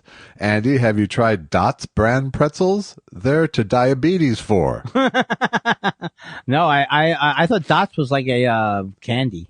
I have not seen it. A lot of the... there is a candy called Dots, yes. Yeah, but that's not what it is. No, it's not. I don't have any particular adherence to. I don't like peanut butter that it comes separated and it looks like it never comes together. But other than that, yeah, you don't like the natural. Yeah, and I don't think I like crunchy really. I think I like creamy. I like a Jif Super Chunky. I grew up as a Skippy person. But it turns out that wasn't so much brand loyalty as it was mom loyalty. Because, choosy mothers choose Jif, but my mom chose Skippy, and I was backing her. Man, that's the strongest take I've ever heard from you. Unbelievable. Stephen Elton Yates, yeah. Stephen Stephen Elton Yates. I'm turning his name into a conga line. Stephen Elton Yates. I ordered a cameo from Andy yesterday. I hope it doesn't put too much pressure on him. I clicked buy, and the screen said, Andy has 4 days to fulfill this. Review forthcoming. It could be praise. It could be scathing. It could be a third descriptor. Remember, Stephen, 3 stars is the one to beat. You see what I'd like to know what 2 stars does to him, because 3 was pretty funny. Well, a comic really made me laugh when the comic said, because Andy, that was heartfelt, that was from your soul, definitely at least 3.5 stars. I like that. God damn it. I keep screwing up. Let me see, where are we now? We're on Geordie. Hey, Andy, regarding the Super Bowl commercial that you starred in for the XFL, that was a huge hit. Was it fun to make? Did you and Kurt Menefee hang out a lot offset? It was a lot of fun to do it, because it was like, I like Kurt Menefee, the other guy I knew too. They were both great sports, and it came out funny. I was really happy with how it came out, and I was nervous about it. So it was a lot of fun to do. And now I should find the latest thing, right? Sure. There we go. Okay. All right. The main thing is, I think what's really good is how I cover up for everything. Yeah. Okay. Esai, 76. Uh-oh. Esai, well, you didn't know I was going to read this. I don't go blue. Why are hemorrhoids called hemorrhoids and asteroids called asteroids? Wouldn't it make more sense if it was the other way around?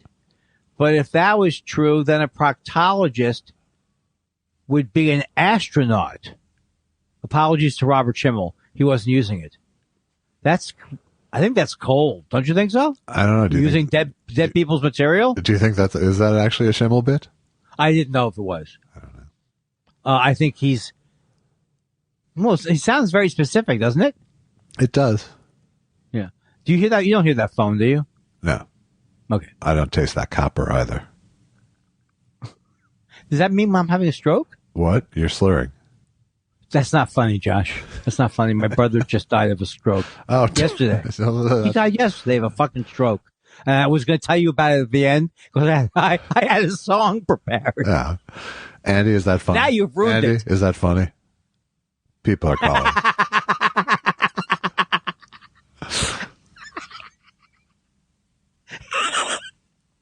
That was good. I enjoyed that one. Isn't it you? Sure. Eric says what are you slowing down for?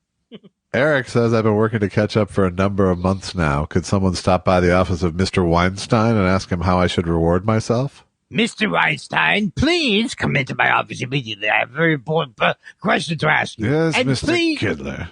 And please don't say anything about the fact that my accent is inconsistent. Actually, it's the best you've done in quite some time, Mr. Kindler. Oh, pip, pip, poop, toop, toop, toop, then. Well, thank you. Thank you. Yes, I see. Once again, praise has derailed you. All right. Yes, exactly. I went to my head, and I started going, perhaps I do a great accent. Wouldn't you think? I forgot what the bit is now. Oh, Mr. Weinstein, reward? What does he want rewards for catching up on the show? I guess so. Well, you can give us. How should Eric reward? Yes, indeed. I'm not good at sketches, I've decided. Huh. More right. brain power. Yes, please. Way to answer questions. Okay. Well, this is to you, so I'm going to ask it. Rosemarie Lameda says, in 1996, I was in Minnesota for the last MST3K convention and took the tour of the Best Brain Studio. My question to Josh is whose idea it was to spray paint toys, ornaments, and Tupperware white and attach it to the ceiling of the Satellite of Love set. I'm completely lost. Do you know what she's talking about? I know some of what she's talking about, but I had left the show years before that, so I don't know what happened in 1996. That's right. And Rosemarie, you didn't avidly follow things afterwards. Well, you kind of did, but I didn't follow it all afterwards. That's right. It would have been weird if you had, I think. A little bit. Yeah. True enough. True that. It would have been it wouldn't have been watching in the spirit of support. Yeah, so it would have been odd. Yeah. Well, I saw the there's show nothing this that week. odd about bitter hate watching for a comic, but when you start talking about it, but unhealthy, certainly. It felt so comfortable to me when you started talking about it, though. But on the bright side, I've never seen Manos, the Hands of Fate. So you've never seen what? Never mind. Julian Valentich says... Is that a reference to MSD3K? Yes, it was. Okay, sorry. Julian Valentich says, Andy, as someone whose love of television is complicated by a certain distaste for many advertisements, where do you land on Super Bowl ads? What makes a good one or bad one? Josh, any thoughts on an apparent wave of cryptocurrency commercials set to drop Sunday night? Well, I'll answer my part pretty quickly. I always look forward to the Super Bowl ads because I always figure they're going to put a certain amount of work in them. And so it can be a little exciting. But then I think if you go into it being excited, you're probably not going to be very, very happy. And I think what makes a good one or a bad one is just, to me, if the comedy works, it's always a good ad for me. Right. If it doesn't work, it's just like, why are there 8 celebrities yelling at each other? I don't know why I said that, because the phone, I have no ability to, you know how you said you can't focus if someone else is talking? Yeah. Well, that's that phone. I can't go in the other room and stop it. It's not my phone. Yeah. You can't hear it.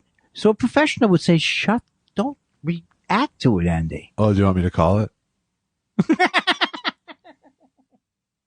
You want me to call it? I like that. That's like, what's the sound of one hand clapping?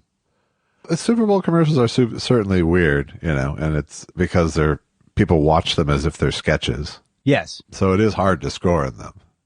Right. But, the ones that are good are those ones that thread the needle of trying too hard and not going for it. Do you not want to react to any the cryptocurrency questions? Oh, I don't have any thoughts on the apparent wave of cryptocurrency commercials set to air.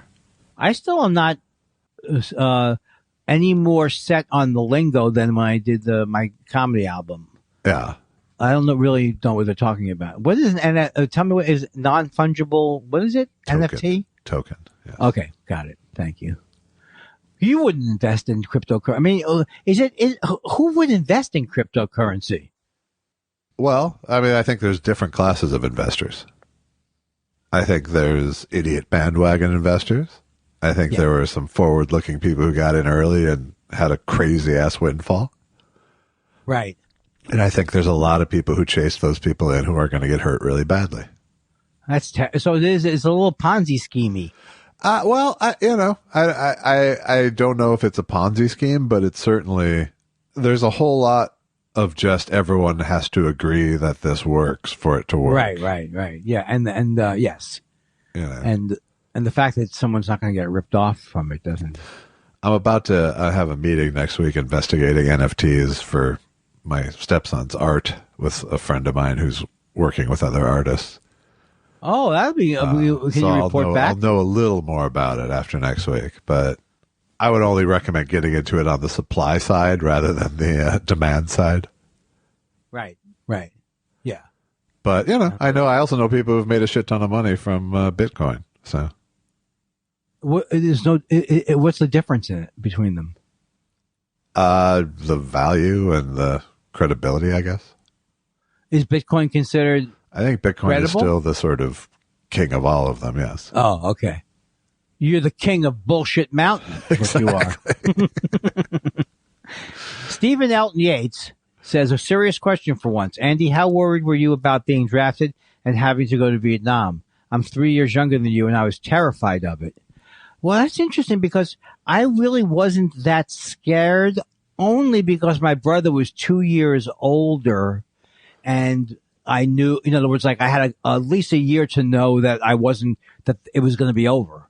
So we were very worried when he was up for the lottery because he was born in 1954.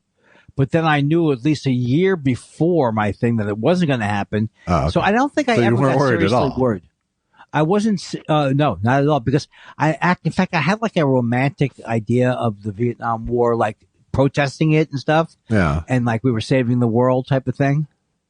So I clearly was not, if I was my brother's age, I think I would have been, and what really do you suppose would have happened if your brother would have been called? I can't see my brother going. I think we would have tried every trick in the book. I don't know. I mean, he got a high number, so he was in the lottery. Right. So he never had to decide. I would not have gone to Vietnam under any circumstances. I would have done anything I could to avoid going to Vietnam. Yeah. Including going, and I wouldn't have been a conscientious objector, because I'm not Muhammad Ali. I'm not going to get famous from it. Right. How does that serve me, the conscientious objecting? So, but it does show, though, how I was obviously close enough that it had an indelible printing on it. Yeah, no, it touched your life, certainly, it sounds like. But yeah. But it's interesting because Stephen is 3 years younger than me, so he was actually more scared. That also kind of makes sense to me. You know what I mean? Like, you're younger and, right. Nobody believed, like my father used to say, if you were around during World War II, you would have felt differently and you probably would have gone and stuff like that. But nobody that I knew or cared about believed in that war. Right. Well, cared about, that's not the way. There was a little wave of, when I was 18, was like was when Desert Storm was happening. And there was a little wave of sort of like, what if they do? Well, didn't you have to? You had to register, but the draft didn't exist by that point. Oh, okay. You had to register for selective service. Right. As my mother would say, he has a very selective memory. I don't know why I went there. Tweet Pahara says, guys, please pretend tweet. Oh, we don't sing anymore, right? Oh, we can sing if you want. Tweet, Pahara, hoo, ha, ha, hoo, wee, oo. It's always funny the shit you do remember. Guys, please pretend this comment is clever, hilarious, or at least amusing. It's been a busy week and I got nothing. Thank you. Oh, that's a good take. I like the take, but I'm just trying to butter up Tweet Pahara. What is that going to get me? I don't know. Chaotic Neutral. Hey guys, just wondering if Rich Brotherton. Is this the first time I've gotten this joke? See, exactly. No. When was this? What show was this on? I think it was last week. It might have been. Who said Rich Brotherton? It's hard for me to put it all together, but that's a great name. I think it might have been Tweet Pahara saying that he knew someone. I don't know. But someone knew that, and that they can only think of your brother when they hear it. So. That's your retirement plan, is Rich Brotherton. Oh, that hit me good. And it will next week. So. Did I do that one? You do the next one. All right. It's the last one. It is, although some people were misled by your erroneous hashtag advice, so we might want to go back for them. Oh, okay. Okay. You do Richard Cole. Richard Cole says, what is the last Bob Dylan album Andy bought as a new release? Same question to Josh. I own almost all his albums. I've been buying Bob's records and concert tickets since the 80s. Can I get a thanks sucker from Angry Bob Dylan? What am I, fucking James Mason? Go fuck yourself. You don't take requests. The last one I bought, it's so hard to tell. I did buy every single one up through, definitely, had bought every album up through, Blood in the Tracks for sure, but I think I bought, Nashville Skyline. Was that before? I bought everything pretty much when they first came out. I had everything. I had albums too at some point. But up until when? Up until, I think you've only reached the 80s. Maybe Saved. Yeah. After Saved, around there. And then particular songs from that. And then I loved all the bootleg stuff that came out. I think my last one was Time Out of Mind, probably. I bought that one too. Okay, so that was probably your last one. Right, but weren't there a whole bunch between those two, or no? Maybe not. Between what two? Between Time Out of Mind and Saved, or what's the one where he goes, one more cup of coffee for the road until the valley below. And around the Rubicane. This is the story of the Rubicane. Yeah. I mean, Time Out of Mind was like 1997. Right. So I think I lost a few there. Street Legal, I don't remember much. I mean, but it really is. Mostly I have, except for the last few years, I was a fanatic. I bet there's 30 Bob Dylan albums you don't have. Absolutely. I would not make that claim. I used to lie about things like that. I've got everything from, but now, well, you know, you can't do that with Dylan. Or me. Or you. Because one of the main Dylan people used to go through his garbage. A.J. Webb and something. You know what I'm talking about, that guy? He's a famous Bob Dylan irritant. Who? A.J. Weber, or... He was famous for going through Bob's garbage and stuff. No. You know what he found in Bob's garbage once? Like old food and things. Yeah. Okay, are you going to go back and get these 244s? I wouldn't even know how to do it. I swear to God. Deacon Blue says, are we just as large scale wise to be as far from a subatomic particle as small from distant stars? So are we not small or large in the universe, but just on an infinite continuum? And you're trying to tell me a shrimp fried that rice? I like that question. That's got to go in the Hall of Fame. Because it also had a whole bunch of physics in there. Left of the box says, can someone on the left date someone on the right and still claim to be on the left? Why am I laughing? I think it's all rhythm now. I literally am laughing from rhythm. I don't know. Now that I can't see, well, now I remember the times when I couldn't see the question. Yeah. And I sounded like an even more out of touch old man. I think there's more. I think there's more to us than our political opinion. So yes, someone can maintain their leftdom while still dating someone on the right. That's true. That's what James Carville claims to have done. So. And look how happy he is. If you'd like to support our show, go to buymeacoffee.com/thoughtspiral and buy us a coffee. If you'd like to support Andy, buy a cameo. And remember that with every cameo you buy, Andy will record a cameo for a starving child. This is the end. Boom, boom, boom. The living end. More Jim Morrison. Yes, please. Don't call me Lulu.